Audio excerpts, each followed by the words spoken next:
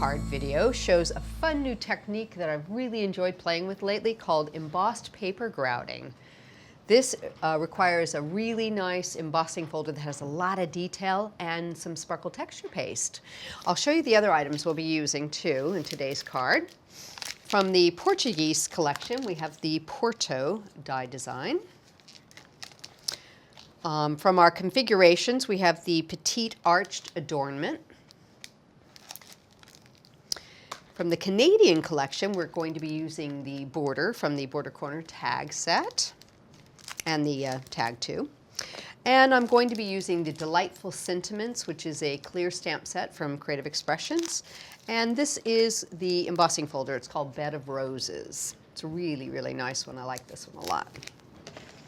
Let's set these off to the side and let's get stuck in. I'm going to be using a piece of vintage gold card for this. And like I said, the Bed of Roses. Now this is gold on both sides. If you're going to use a single card that's single color, what you want to do is make sure that the upside is the part that has the little area you're going to be doing your grouting. So you want, it's hard to tell with this one because it's so detailed whether it's positive or negative, but you want the fine lines from the rose to be upward on this, okay? And my sandwich is the base plate, the folder with the card, and the raspberry adapter. Run that through the grand caliper.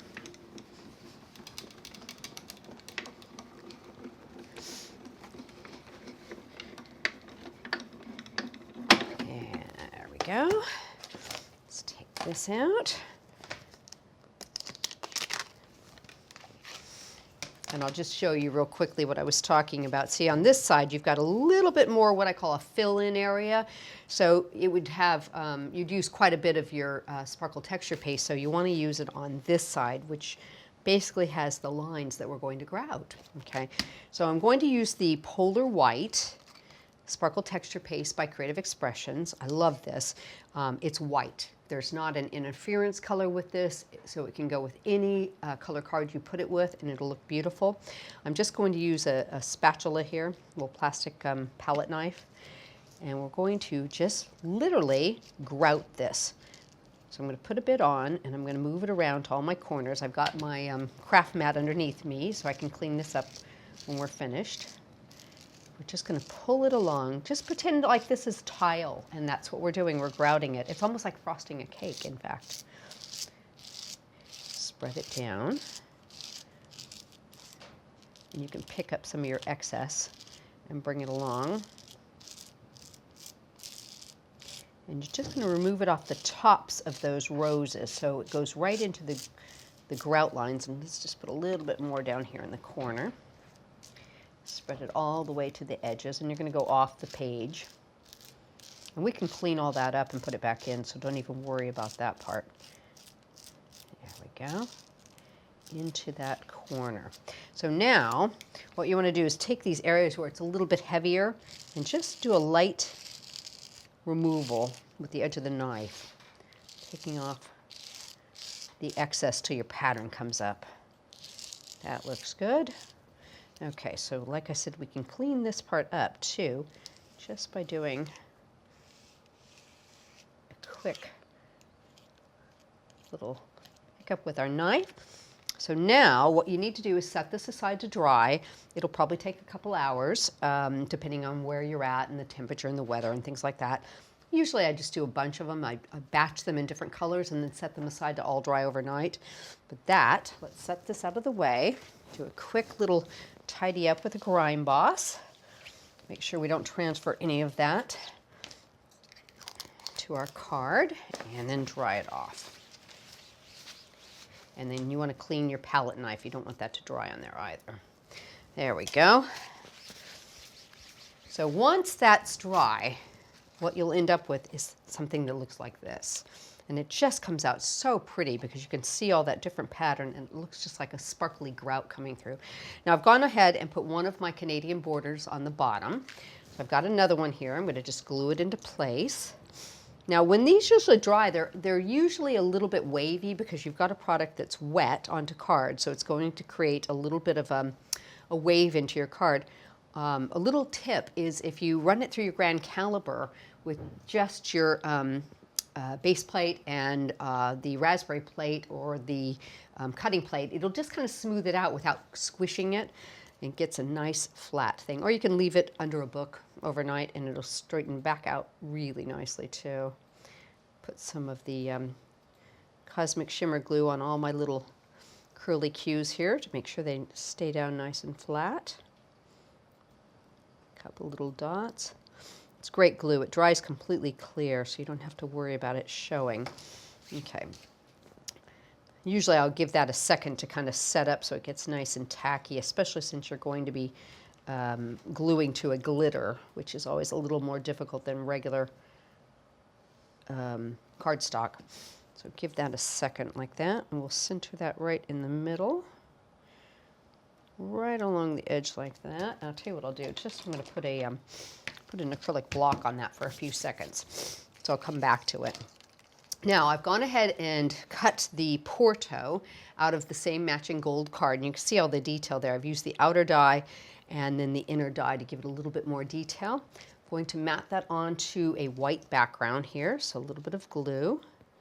And the white background was just created by using the outer cutting edge, so they will match up really nice and perfectly. A little bit of glue here and there. Pop these two together. Let me get a little on this corner. In that corner, that should work. Put that down. Line it up nicely. Give that a second. And I've added a couple little pearls to the top there as just embellishments. Now using the configurations, I've got the little petite arched adornments here, and I've cut 2 of them, and I'm going to be putting them onto the ends of this. Just add a little bit extra detail. So I'll peel this back, and I'm going to pop this into place right about like that, catching the end, and we'll just nip away the corners, because they don't need to be peeking out there. And we'll do this one, catching it onto this side. Let's try and catch the same sort of orientation on it. Nip away the little bit of extra bit here. There you go. So those are ready to go. So let's see if our border is nice and firmly on there. I'm just going to trim the excess bit off. I'm going to use the edge of the card with my scissors. And you might have to add a tiny bit of glue underneath that little bit of cut area there, just to make sure it's nice and secure. It's easily done. I went ahead and I've done a pierced background here. I've got some vintage gold matte cards sticking in there and some mounting foam to raise it for a little bit of dimension. There we go. Pop that right into the center. So my background's all ready to go. So here's my base piece for my focal element, and I'll tell you what, I think I'll even put a little bit of extra foam right in the middle there to support that center bit. And since we're sticking to a glittered surface, I always recommend using a little bit extra glue onto your mounting foam just to secure it. Glitter is difficult to stick to. There we go. And take off that center piece. Okay. Seat that right in the middle of our background. And I've stamped a sentiment, and I've cut it out with the tag from the Canadian border corner and tag set. A little bit of mounting foam, pop that right into the center, and a couple little pearls on the ends here. I think will finish this one off really nicely. Oops. Get that one. And there we go. Oop, that one's being a little difficult. Let me put a little glue down. I love the way pearls just finish off a card really nicely. There you go. And now you can see how pretty that paper grouting makes a background. Just comes to life, doesn't it?